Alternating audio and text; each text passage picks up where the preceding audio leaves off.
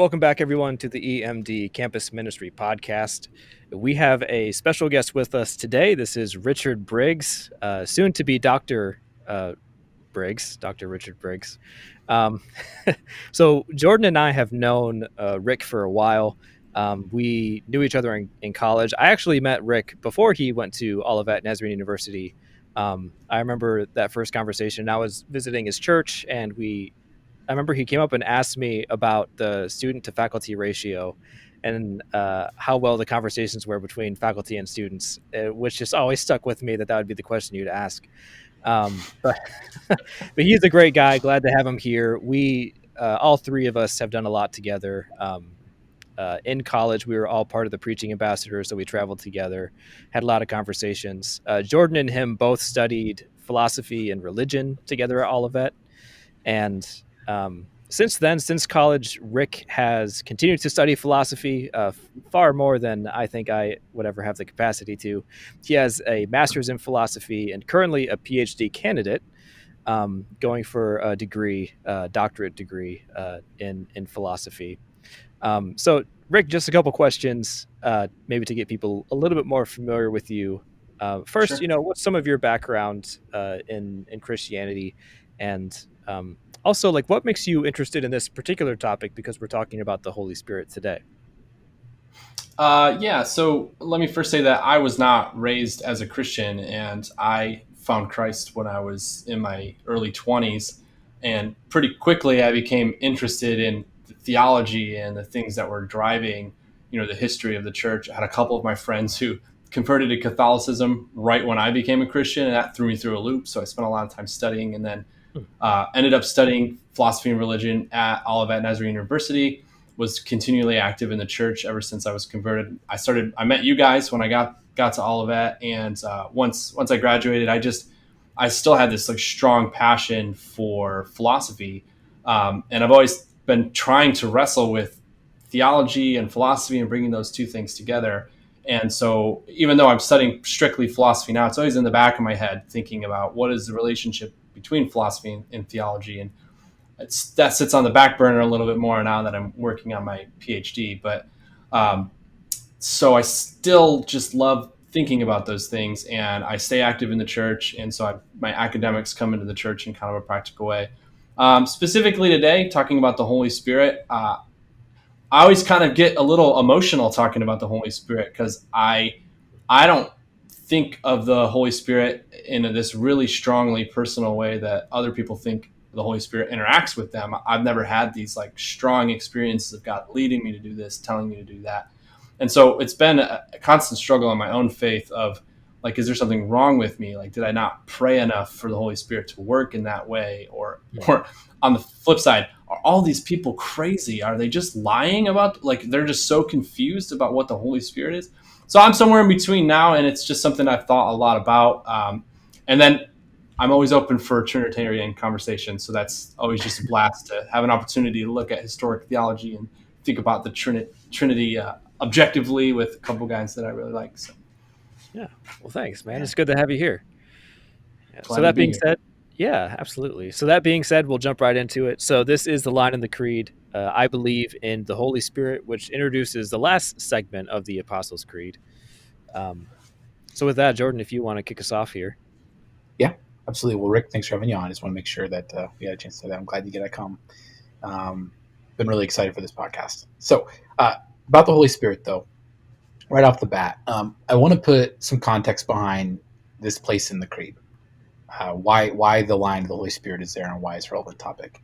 Now, if you've been listening to the podcast, you got to keep in mind that what they're doing is combating the Gnostic idea that the church is doing. So I'm going a little off note here, but I'll tie it back in.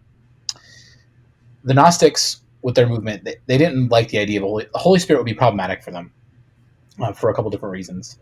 One, God's activity in the world is really, really cumbersome for the Gnostic. They want to rely on revelation, but they want to have it in a very, very particular, specific, narrow way. It's almost cult-like the way that they disseminate this. One person is revealed to, and he reveals this information out. And they use Jesus as the model, and they use the Holy Spirit as the person that revealed it to him.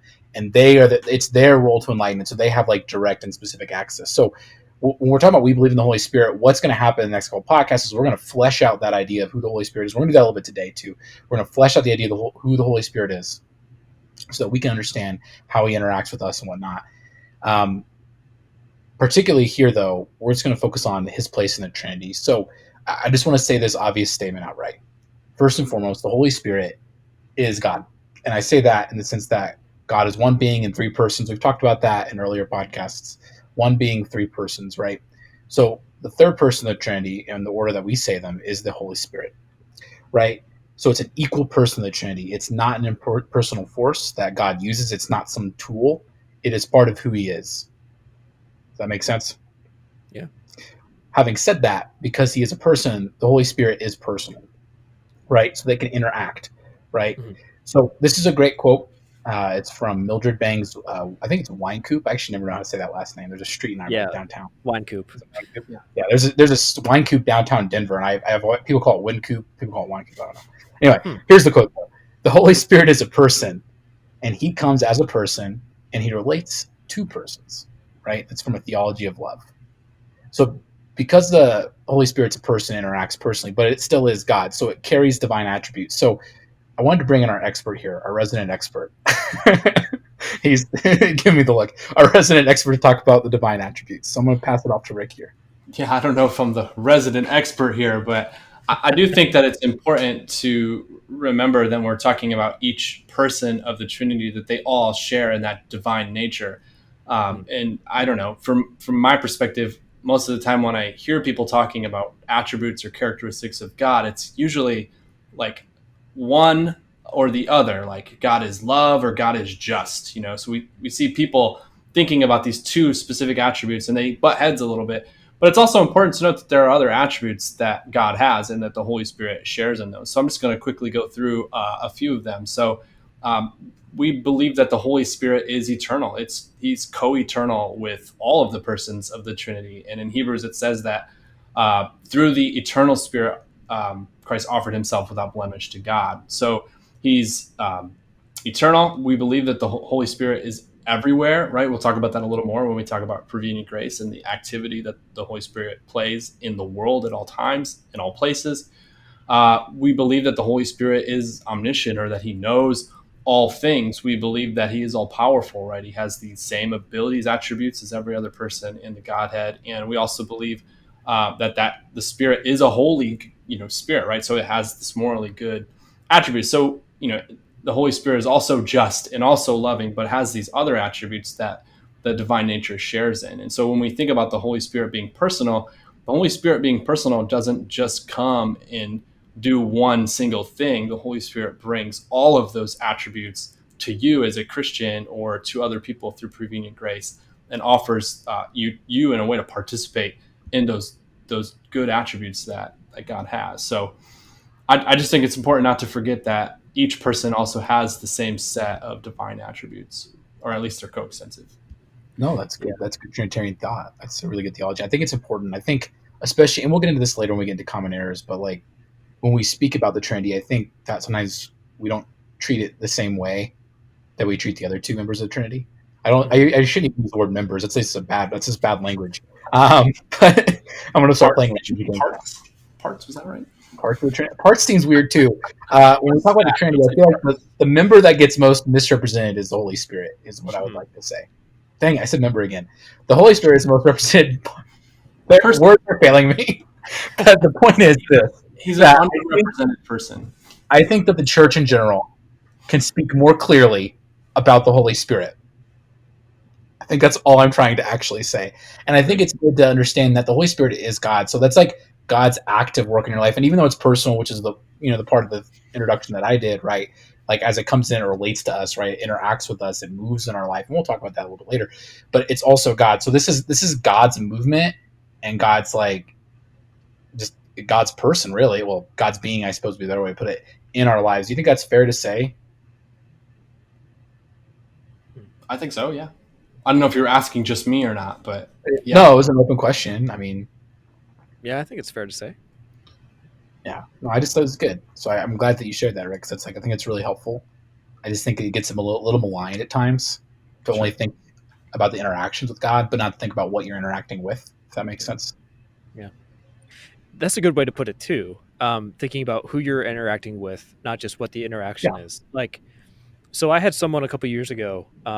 They were filling in for me at church when I was going to be gone for a Sunday, and they wrote a sermon. They wanted me to check it out, and their whole sermon was about acknowledging, essentially acknowledging the Holy Spirit as a person of the Trinity, and it was really well done. I was very impressed by it. It was just a member of my church. But it also impressed upon me the fact that I don't know how often we actually think about the Holy Spirit as a person. We tend to talk about the Holy Spirit almost like a force, or Yeah. like a power, or maybe some kind of presence, but not really like a personal presence. At best, I think the Holy Spirit is articulated more like a messenger who just like coordinates between us and Jesus. Um, Like but it, Hermes in no, Greek mythology. yeah, exactly. So I don't know how often we really talk about the Holy Spirit as like a personal. Uh, Words are failing me now. I don't know how to say it either. Entity, personal person. Yeah. So I'm glad you guys are emphasizing that point, because it is important to recognize the Holy Spirit is personal. Yeah. Yeah. Yeah. Yeah. So I guess on that point, I think that maybe the next logical question to ask is like, what does the Holy Spirit actually do? So, so in Christianity, we use the word grace a lot, and we talk about things like prevenient grace, saving grace, sanctifying grace, um, and when we say those things, I just want to quickly clarify. We're not talking about like different superpowers that God has. Like, well, over here he's going to use his prevenient grace superpower, and over here is like his saving grace superpower. Really, when we use those terms of grace, we're really just referring to the different ways in which God interacts in our lives.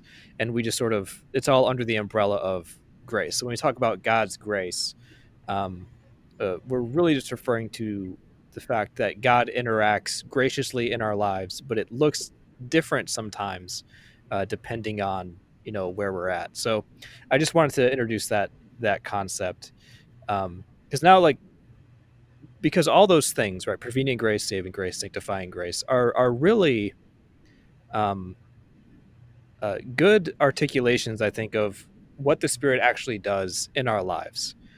So I guess the best place to start then would be prevenient grace, right? The Spirit that works in our lives before we really come to know who God is, right? It's the Spirit that goes, or it's the grace that goes before.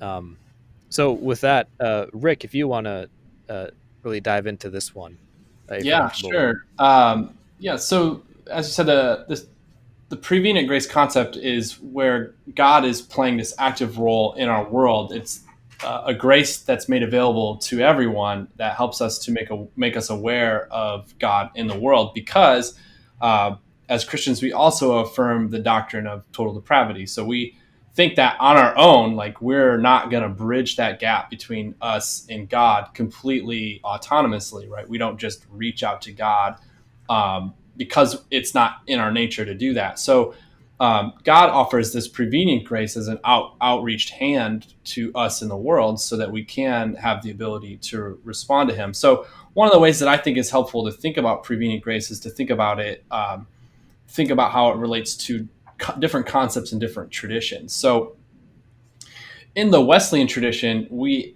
think that prevenient grace plays this kind of role that God reaches out to individuals with prevenient grace and gives individuals that capacity to respond to His grace, right? So if you're drawn to God through His prevenient grace, then you can be put in a position where you have the ability to respond to God's saving grace. So if you respond and you ask for forgiveness and accept the saving grace of God, then the Holy Spirit comes in and is the one who does the work of cleansing your spirit and providing that initial being set apart, becoming a Christian. Now, if you look at this in the traditional sort of Calvinistic side of things, you don't see this concept of prevenient grace. And one of the big differences is that when God extends His grace to you in the Calvinistic tradition, He makes that grace irresistible is the sort of way that they say it. So that grace is actually not only does it reach out to you, but it reaches out to you, and it is the thing that causes your faith, right? So it just merely causes you to have faith, and then you receive that saving grace. But you don't have a choice in that, right? You just get reached out to by the grace. You get caused to have faith. That faith is the thing that saves you, and the Holy Spirit comes in and cleanses you. But for the Calvinists, they emphasize that entire process from start to finish is exclusively the work of God. There's no human element of response. There's no human element of responsibility. From start to finish, from moment of depravity to the moment of salvation, and all the way through, that is 100% the action of God. And so this big difference between prevenient grace in the Wesleyan tradition and the sort of irresistible grace that is offered in the Calvinistic tradition, the prevenient grace is what, in a sense, is a response to the depravity that we have. It's that giving us the freedom to respond to God's grace. Another way that I think that prevenient grace comes into play, and this may be a little more controversial than what I had just said, and not all Calvinists maybe believe this, but you oftentimes hear people who have this strong Calvinistic doctrine of total depravity saying things like, nobody does any good ever, right? There's the text, I think, in Romans that says, all of your works, your human works, are like filthy rags to God. And that is really unintuitive as just a normal functioning human being in the world, because you're like, oh, I helped that person change their tire, and I thought I was doing a good thing, but like someone comes along and says, that was like filthy rags to God, what you've just Not done. good enough. Like, oh, well, that seems weird. I don't know if I really want to get on board with Never that. stop him again. Mediocre. So it's very unintuitive to think that like your good actions are just completely, depraved actions, and you have to accuse people who seem to be doing good things of like literally having ulterior motives. Ultimately, they're doing it for self-gratification, to feel good about themselves or something. And I think that the doctrine of prevenient grace gives the Wesleyan an out here. We can say that left alone, without prevenient grace, without any grace whatsoever, people would not choose to act in good ways. But because God's prevenient grace is in the world and it's constantly drawing people to him, that prevenient grace is what enables people to act in good ways. And so the Wesleyan is able to affirm that traditional doctrine of depravity and say that completely on our own, we are lost. We cannot seek God. We cannot act good. We can affirm those scriptures that say that no men are good, right? But we can also complement the intuitive notion that when a person acts in a way that appears truly good, we can say that action was good, but it is as a result of God's prevenient grace reaching out to us. So I think those are two different ways to think about the practical element of prevenient grace. I think they're actually pretty theologically powerful. So I don't know if you guys have anything else you want to say about that, but that was my take on it. Two things, takeaways. No, Nice. good. I've heard it said, and I want to hear your thoughts on this, Rick, and you too, Ben, that we can understand prevenient grace as the grace that goes before. I think it's a really simple way of understanding really kind of what you said, although your explanation was much better in my opinion. But like, I like the idea that the grace that goes before, because it gives us the awareness of what a good act and what a bad act isn't, but also it's the place and the movement of God in our world that prepares us to possibly move into that saving grace, right? It's that awareness. I've heard some, and I really despise this for a lot of reasons. We don't have time to do it. Some people in Arminian circles call it like the age of accountability. I question that just because, well, there's a lot of reasons why, but the idea that you have the ability to recognize right from wrong, because what you're saying, Rick, if I understand correctly, is kind of an interesting kind of dichotomy with total depravity. Like fundamentally, I don't know. I just feel like if you take it to its logical extreme, I feel like with total depravity, we wouldn't even be able to recognize the concept of good as like totally depraved beings. Like how would I even fundamentally recognize like the act of stopping to fix a tire would even have some kind of portion of good?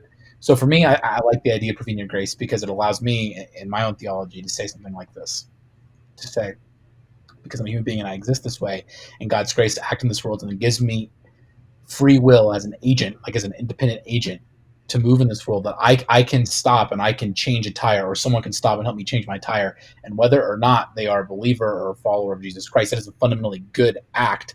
and it was something that Jesus would do. So on the other hand, when a group of atheist humanists go to Africa and build a well and stay there to make sure that the society they have clean water, that's still a fundamentally good thing. Whereas I don't know if the Calvinists, I think they could say it, but it'd be very difficult for them to say without putting some kind of caveat on it. Is that a fair Yeah, understanding? I think that I have met some Calvinists who have the capacity to say things like, "Well, what they did was good," but what I found that they can't say is that the people who did it were good. And I think that again, it's unintuitive, right? You know what I mean? Yeah, Like a person who maybe isn't a Christian but lives their life working for an organization like this, going back and forth and doing this kind of work. It would be weird to be like, well, what they do is good, but ultimately they are not good he's a people. bad guy. He's a bad guy. So what I found was that after some, back and forth with a couple of my more Calvinistic friends, we just have different conceptions of what is good, right? I think that a good person is an intuitive notion. That a good person who is a person who's good is the one who acts for the right reasons, who acts altruistically, doesn't act in ways that are beneficial to themselves all the time, like they're self-sacrificing, they're loving, caring, giving, right? They exemplify all the virtues of what we would consider a good person to be. If you have all those things, you do all those things, and those are habitual for you, I would say that person is a good person. But it's important to distinguish, especially for the Calvinists, if any of them are listening, that is not what makes you a Christian, right? You can do all those things and be good, do good, be a good person. That's not what ultimately is what saves you, right? So the Calvinist and me can come together and say amen to that, because what saves you is the grace of God, right? It's the saving grace that comes through your faith in Jesus, right? That's the kind of thing that actually saves you. These actions, while they may be good and you might exemplify and be a good person, that's not going to be sufficient to bring you along to salvation. So that's an important thing to note, that prevenient grace can allow people to become good and to do good things, but prevenient grace alone is not ultimately the thing that is going to bring you into relationship with God. It draws you in that direction, Yeah. but it's that saving grace that comes through faith, right? That's what brings you into that relationship with God. See, Rick, this is why you're the PhD candidate, because you just do such a good job articulating and specifying the different angles of your statements. Because I was gonna say something, but then you already said it. So, Sorry, I should have given you the but opportunity to respond first. Yeah. oh The best no, no, worst no, thing not at about all. rooming with You Rick was his. Oh, sorry, Ben. I'm sorry. no, go for it. I was gonna say the best and worst thing about rooming with Rick when having any discussion is that he's so and Rick, you're gonna hate this because I know you hate me getting compliments, but you're so good at anticipating the holes in your arguments or any possible criticism or counterpoints that you just address them proactively so well. You're really good at creating ironclad things and very well thought out things, and it Yes. really is the definition of well thought, right? Like I'm taking the time to think it through and Yeah. try to make it clad. Well, this is an aside, so take it for what it is. But when I teach my students, I tell them to write papers. I tell them that they need a thesis, they need an argument that supports their thesis, they need a counter argument that a person might raise against the thesis that they have, and they need a response to that counter argument. That's an A paper in my Yeah. class. If you're missing any of those pieces, you're not getting an A on your paper. So that might be a little harsh, but it's the kind of training that I think is super important, especially when you're writing, because a good writer, when they write a paper, when you're reading it, you're going to read it and say, wait a second, no, that's not a good argument. And then you're going to read the next paragraph and go, okay, all right, well, he just got that objection. He took care of it already, right? And then you're going to think, well, here's another objection. You're going to read the next paragraph and it's going to go, you might think that this, but here's why that's wrong too. So I try to exemplify that for myself and for my students, but it's also because I've been studying philosophy for 6 years, and my professors drill that into my brain as well. Yeah. Well, I mean, it's just a good way of thinking Was in a natural general. Ben before that, though. I will say, Wow, I okay, feel like I can say that with some serious certainty. I'm sure our other roommates would also agree. Yeah. Yeah. Let me say one last thing about being good. So in the Thomist tradition, so Aquinas thinks that you can have you can exemplify a number of these virtues, right? So Mhm. Aquinas is heavily influenced by Aristotle. Aristotle is generally understood as the founder of virtue ethics. So Aristotle thinks that there are a lot of virtues that you can have. You can become virtuous. You can become good. But Thomas Aquinas he adds these three virtues, and they're called the Christian virtues. And these are virtues that people cannot exemplify without being in a relationship with God. So, Hmm. in some sense, I want to say with maybe my Calvinist friend who says you can't be good, I want to say maybe there are some things that you can't do without being a Christian. And I don't want to stake my life on these, but I'll just tell you what Aquinas says. Aquinas thinks that you cannot exemplify the virtue of charity because in charity, charity is considered as one of the virtues that's the friendship that you have with God. So it's like defined as this kind of reciprocal relationship with God, and if it's one that you do not have, you can't exemplify that virtue. Same thing with faith. Faith is a virtue that only Christians can have because it has to do with a specific kind of relationship with God, and the same thing with hope, right? Christians have this sort of virtue of hope where we look forward to an afterlife. But this is the sort of introduction to what Aquinas says. You might have some objections to this.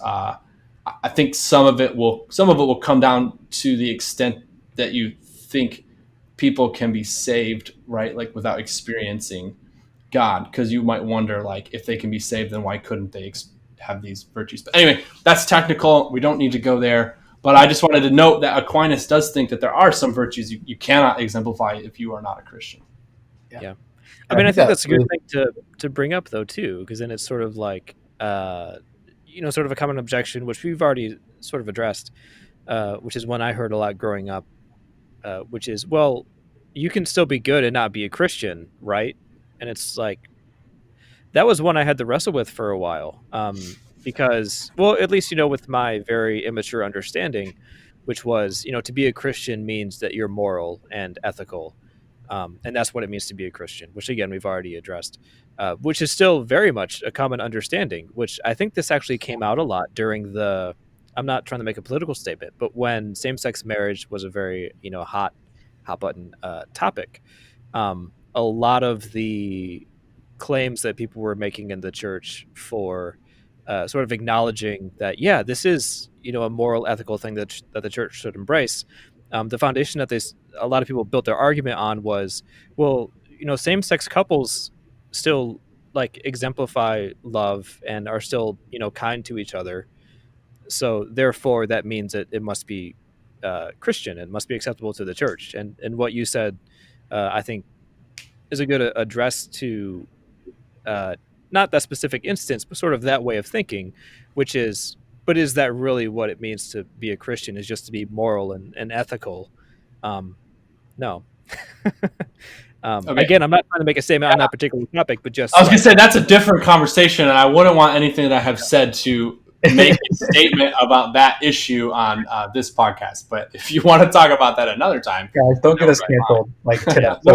Well, I guess what I would say is, as far as that goes, that specific argument that was used to justify the church supporting same-sex marriage is actually not a good argument for that support. Really, that's all I'm trying to say. You could make other arguments, but as far as that argument goes, the whole thing of as long as it's moral and ethical, therefore it's Christian is false. You can be moral and ethical and have nothing to do. You be as far away from Christianity as possible, but still have some sense of a moral compass. Yeah, that's one of the important things about arguments from analogy. If the thing you're trying to build your argument on is analogous to something that's a bad argument, it doesn't bode well for your argument from analogy. Like, but like think about it, like the majority of like the idea of like like the religious right movement of the 80s and like the televangelist movement that like lasted even all the way up until less so now, but up and probably till the early 2000s, they were strong, like programs like the 700 Club that enact, in my opinion, a lot of negative, bad things to go on just because they think they're on some moral crusade. And I think what you're really saying and what we're really trying to get at is that to equate Christianity to like an ethical system is to fundamentally miss. Here's a Calvinist statement: to fundamentally miss the mark. That's not wrong. That was a good analogy. Rick approved. It's a Rick approved analogy. Is that what you're getting at, Ben? Is that what you're getting at too, Rick? Do you think that's a fair summary? Yeah. Yep. Yeah. I still think Rick. On a- I think that's the main thrust, right? Yeah, that it's not an ethical system, and just being moral is not sufficient to bring you in a relationship with God.